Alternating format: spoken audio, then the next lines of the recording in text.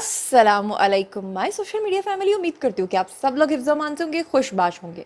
सियासी तज्ज़ियों और तबसरों के साथ आपकी खिदमत में हाजिर हूँ।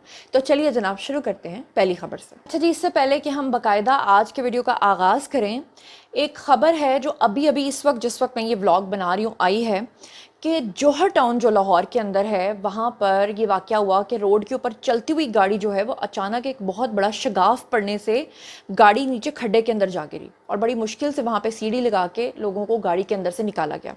अब बात यह है कि गाड़ी अगर इंश्योर्ड नहीं होगी तो क्या गवर्नमेंट उसको ख़राब सड़क बनाने की वजह से जिस शख्स की गाड़ी का इतना बड़ा नुकसान हुआ है क्या वो पूरा करेगी?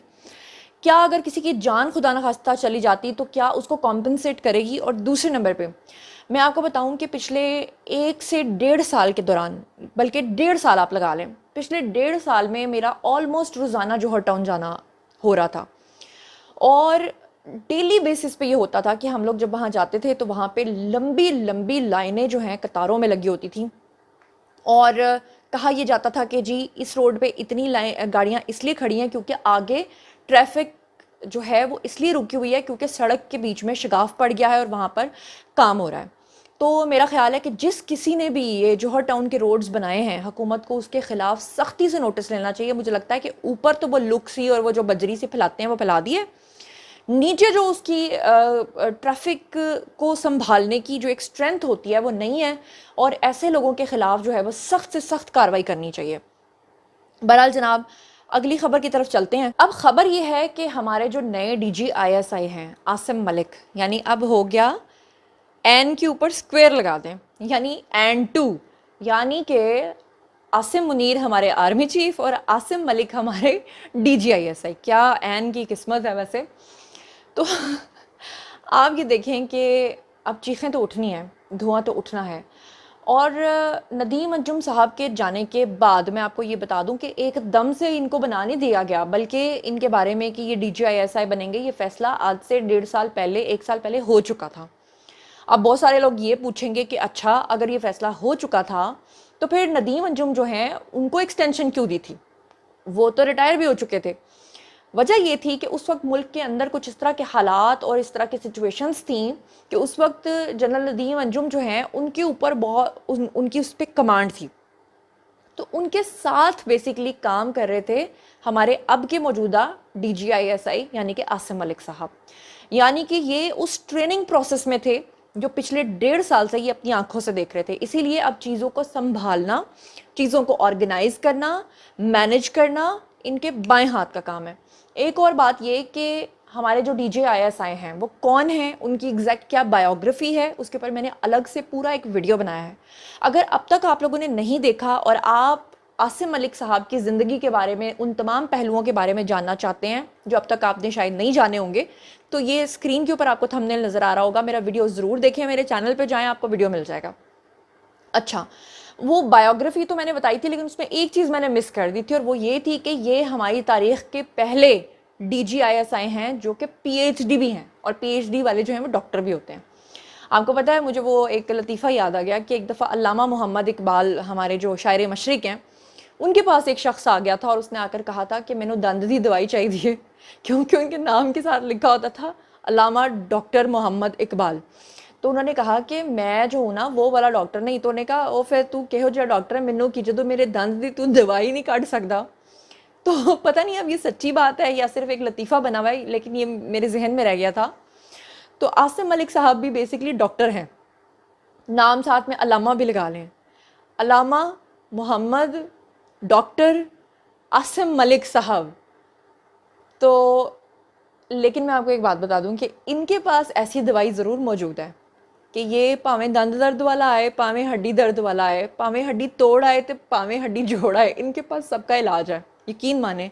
उसी की ट्रेनिंग ये पिछले 1.5 साल से ले रहे थे और अब आप देखेंगे कि चीज़ें जो हैं वो बड़े ड्रामाई अंदाज में आपको तब्दील होते हुए नज़र आएंगी। चीज़ें जो हैं वो बिल्कुल बदल जाएंगी और अपना चार्ज उन्होंने संभाल लिया है। और कौम को सर आपसे मैं कहना चाहती हूँ कि बड़ी उम्मीदें हैं। आई होप कि आप हम सब की उम्मीदों पे पूरा उतरेंगे इंशाल्लाह ताला।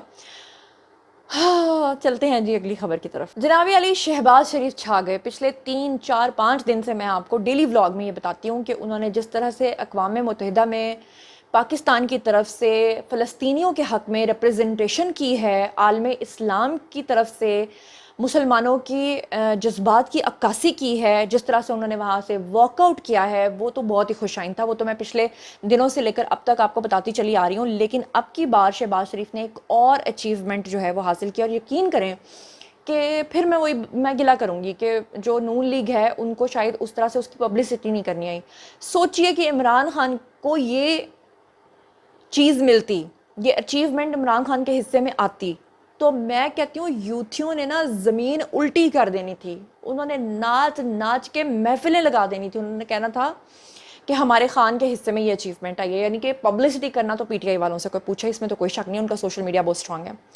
اب شہباز شریف کی اچیومنٹ یہ ہے کہ جنرل اسمبلی میں جو انہوں نے خطاب کیا تھا اس کی جو ریٹنگز آئی ہیں، اس کی ریٹنگز اب یہ نہ کہہ دینا کہ وہ بھی مریم نواز نے بنوائی تھیں یا نواز شریف نے بنوائی تھیں، وہ باہر سے انٹرنیشنلی آئی ہیں.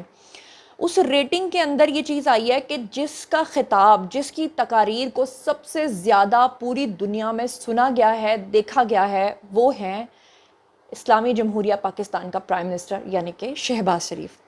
اور آپ کو بتا دوں کہ اقوام متحدہ کا ایک ادارہ ہے جس کا نام ہے centre for public opinion and research. انہوں نے یہ اعداد و شمار جو ہیں وہ جاری کیے ہیں. یوتھیو اس کو کہتے ہیں امت مسلمہ کا لیڈر، اسے کہتے ہیں. خان صاحب کی ایک دو بڑکیں سن کے تو آپ لوگوں نے کتنی پبلسٹی کی تھی، اور یقین کریں کہ یوتھیوں کو بیچاروں کو ایسی موت پڑی ہوئی ہے کہ ایٹ لیسٹ چلو آپ کو ان کے ساتھ اختلاف ہوگا، آپ خان صاحب کو سپورٹ کرتے ہو، بٹ ایٹ لیسٹ آپ یہ تو دیکھو کہ اقوام متحدہ میں آپ کا پرائم منسٹر، آپ پاکستان کے باسی ہو، وہ آپ کی ریپرزنٹیشن کر رہا ہے، تو آپ اس کو کم از کم پریز کر دو. کچھ اور نہیں کر سکتے. لیکن وہ کیسے ہو ٹڈ وچ پھردے نے مروڑ. اب آپ یہ دیکھیں، وہ ایک بیچارہ دکاندار تھا، پتہ نہیں اس کا ریسٹورانٹ تھا یا کیا تھا، اس نے اپنے دروازے کے باہر 2 شیر لگائے ہوئے تھے اسٹیچو کے طور پہ، اور وہاں پر یوتھیوں نے اپنا غصہ نکالا اور بیچارے شیروں کا منہ توڑ کے چلے گئے، صرف اس لیے کہ شیر جہاں پر نظر آتا ہے، اب شیر جہاں پہ ہمیں نظر آئے گا شیر کو ماریں گے. یہ ذرا وہ دیکھیں، آپ کو سائڈ پہ نظر آ رہا ہوگا، اس بیچارے کے شیروں کو توڑ کے چلے گئے صرف اس لیے کہ جی شیر سمبل ہے جی پی ایم ایل این کا. یہ بات ہو تو پھر ہر بندہ بلہ توڑ دے اور بلہ مار کے دوسرے کے سر پھاڑ دے. مطلب یہ کیا ہے، اتنی کلٹ فین فالوئنگ. اگلی خبر سنیں، اس کا ذکر میں نے اپنے صبح والے ولاگ میں بھی کیا تھا اور ابھی والے ولاگ میں بھی میں کرنے جا رہی ہوں. صبح والے ولاگ میں مجھ تک جو انفارمیشن پہنچی تھی اس کے اکارڈنگلی میں نے آپ کو کہا تھا کہ ادارے اب یہ سوچ رہے ہیں کہ علی امین گنڈا پور کے خلاف جو ہے وہ بڑی کارروائی کی جائے، اور آنے والے دنوں میں آپ دیکھیں گے کہ ان کے دہشت گرد تنظیموں کے ساتھ رابطے ہونے کی وجہ سے، اور پچھلے دنوں میں انہوں نے جو جلسے جلوسوں کے اندر حرکات و سکنات کی ہیں اور جس طرح سے انہوں نے پنجاب کے اندر آ کر مغلظات بکی ہیں، اس کے بعد ان کے خلاف جو ہے وہ مقدمہ درج ہونے جا رہا ہے. تو اسی کی ایکسٹینشن میں جو ڈیولپمنٹ ہوئی ہے وہ میں آپ کے ساتھ شیئر کر لیتی ہوں کہ حکومت نے اب پی ٹی آئی رہنماؤں پر سنگجانی جلسے میں تقاریر پر بغاوت کا مقدمہ درج کرنے کا فیصلہ کر لیا ہے. ذرائع کے مطابق جو خبریں ہم تک پہنچی ہیں وہ میں آپ کو بتا دیتی ہوں کہ حکومت جو ہے وہ ضابطۂ فوجداری کے سیکشن 196 کے تحت حکومت جو ہے وہ ان کے خلاف مقدمہ درج کرائے گی، اور اس سیکشن کے تحت مقدمات جو ہیں وہ ناقابل ضمانت ہوتے ہیں، یعنی کہ وہ ضمانت بھی نہیں کروا سکتے. پولیس کو وارنٹ کی ضرورت بھی نہیں ہوگی، اور وزارت قانون اور وزارت پروسیکیوٹر جنرل دونوں نے فیصلے کی توثیق کر دی ہے، جس کے بعد معاملے کی وفاقی کابینہ سے باضابطہ منظوری کے لیے درخواست بھی دے دی گئی ہے. اور آپ کو بتا دوں کہ 8 سپٹمبر کو اسلام آباد کے علاقے سنگجانی میں پی ٹی آئی نے جو جلسہ کیا تھا اس میں جلسہ مقررہ وقت سے کئی گھنٹے زائد چلتا رہا تھا، اور وزیر اعلیٰ خیبر پختونخوا یعنی کہ گنڈا پور نے خطاب میں سخت اور مغلظات اور گندی لینگویج استعمال کی تھی. اس جلسے کے بعد فیصلہ کیا گیا ہے کہ ان کے خلاف مقدمات درج ہوں گے. آنے والے دنوں میں آپ دیکھیں گے کہ گنڈا پور صاحب جو ہیں وہ جیل کے پیچھے ہوں گے، اور ان کے بہت سارے رہنما بھی آپ کو جیل میں انجوائے کرتے ہوئے نظر آئیں گے، پولکا کھاتے ہوئے. چلیں ایک اور خوشخبری آپ کے ساتھ شیئر کرتی ہوں، اور خوشخبری جناب یہ ہے کہ پیٹرولیم کی قیمتوں میں پھر سے کمی کا اعلان کر دیا گیا ہے. اور کتنی کمی کا اعلان کیا گیا ہے وہ تو میں آپ کے سامنے رکھتی ہوں، مگر میں آپ کو یہ بتا دوں کہ پچھلے کچھ مہینوں سے لے کر اب تک پیٹرول کی قیمت میں 21 روپے کی ٹوٹل کمی جو ہے وہ حکومت کر چکی ہے. ابھی فی الحال جو کمی ہوئی ہے اس میں آپ کو بتا دوں کہ پیٹرول کی قیمت میں 2 روپے 7 پیسے فی لیٹر کمی کی گئی ہے، جبکہ ہائی سپیڈ ڈیزل میں 3.40 پیسے جو ہے اس کو سستا کیا گیا ہے. پیٹرول کی نئی قیمت جو ہے وہ 247 روپے 3 پیسے فی لیٹر ہو گئی ہے، اور ڈیزل کی نئی قیمت جو ہے وہ 246 روپے 29 پیسے ہو گئی ہے. لائٹ ڈیزل 1 روپے 3 پیسے فی لیٹر سستا کر دیا گیا ہے، جس کے بعد نئی قیمت جو ہے وہ 140.90 फी लीटर मुकर्रर किया गया है। अच्छा, ये जो 3 पैसे 4 पैसे 90 पैसे, पेट्रोल पंप वाले तो ये नहीं छोड़ते, जब पैसे छोड़ने की बारी हो वो ऊपर बल्कि 1-2 रुपये आपसे लेते हैं। तो उसमें भी अगर रोज़ाना कितने लोग पेट्रोल डलवाएं तो पेट्रोल पंप वालों का कितना प्रॉफिट होता होगा, सोचें। इसके अलावा मिट्टी का जो तेल है वो 3.57 रुपये जो है वो फ़ी लीटर सस्ता हो गया है, और मिट्टी के तेल की जो नई कीमत है वो 154.90 फ़ी लीटर हो गई है। और आपको बता दूं कि 1 जून से 1 अक्टूबर 2024 तक पेट्रोल की कीमत में 21.23 जो हैं उनकी कमी हुई है। और इसके अलावा 1 जून से 1 अक्टूबर तक 2024 तक जो डीजल है वो 18.67 सस्ता अब तक हो चुका है। तो बहरहाल ये एक अच्छी खबर है। मैं फिर भी कहूँगी कि अभी भी जो पेट्रोल की प्राइसेस हैं वो बेचारे लोगों की कुव्वत ख़रीद से बाहर हैं, लेकिन चलो फिर भी कुछ ना कुछ तो हो रहा है ना। एटलीस्ट महंगाई जो है वो सिंगल डिजिट पे आ गई है, ये एक बहुत बड़ी अचीवमेंट है गवर्नमेंट की। इससे पहले कि मैं अगली खबर पे जाऊं, एक साइड पे शायद आपको नज़र आ रही होगी मरियम नवाज साहिबा IT सिटी बना रही हैं जी पंजाब के अंदर, और भी उन्होंने बेशुमार काम कर छोड़े हैं। डेली बेसिस पे वो खातून यकीन करें कि निकलती हैं। मैं कहती हूँ सारे अफसरान, उनके साथ काबीना, उनके साथ लोग, वो बेचारे सारे के सारे जो है ना वो नींद के मारे कोई इधर गिर रहा होता है, कोई उधर गिर रहा होता है, लेकिन माशाल्लाह से मरियम नवाज, अल्लाह ताला उनको सेहत तंदुरुस्ती दे। वो खातून 18 साल लड़की भी क्या मैं कहती हूँ फुर्ती से काम करती होगी जिस तरह से वो काम करती हैं, यकीन माने। मैंने तो जब उनको देखा ना तो आई स्वेयर बाय गॉड वो लग नहीं रही थी कि वो खातून की उम्र जो है ना 50 साल हो सकती है। मैं कहती हूँ 18 साल से एक दिन ऊपर वो नहीं लग रही थी। इतनी माशाल्लाह परफेक्ट और इतनी माशाल्लाह स्ट्रॉन्ग, इतनी फुर्तीली और काम करने की माहिर। और ये मैं दिल से आपको कह रही हूँ, ये मैं कोई खुशामद नहीं कर रही। फिर वही बात है ना, फिर जब तारीफ़ करो तो कह देते हैं चापलूसी कर रही है, लेकिन जो मैंने देखा वो मैंने कहा। और जाते जाते आज आपको मैंने 4 शेर सुनाने हैं, ठीक है, गौर से सुनिएगा। ये स्क्रीन के ऊपर आपको पाकिस्तान के मायानाज शायर नज़र आ रहे हैं, अहमद फरहाद साहब, जिनके बारे में PTI आजकल इनको बहुत ग्लोरीफाई कर रही है। जिस दिन एहतजाज हुआ था, इन मोहतरम ने जनाब आली अभी शेर पौना शेर पड़ा था, किसी ने पीछे से आवाज़ लगाई, पुलिस आ गई है, ये अपना पौना शेर छोड़ के वहाँ पे PTI का झंडा फेंक के भाग गए थे।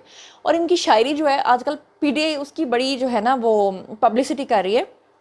तो जनाब मैं भी आपको ज़रा सुना देती हूँ।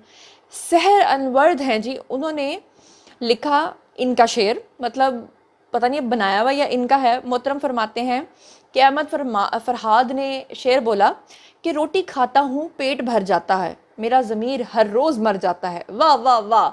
अगला सुने।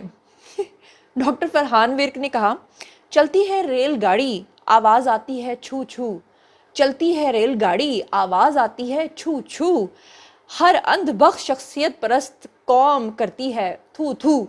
और इसके ऊपर सहर अनवर ने फिर से लिखा, तल्ख माजी हाल पेचीदा मुस्तकबिल वबाल है, लोग कहते हैं मेरे रणबीर कपूर जैसे बाल हैं।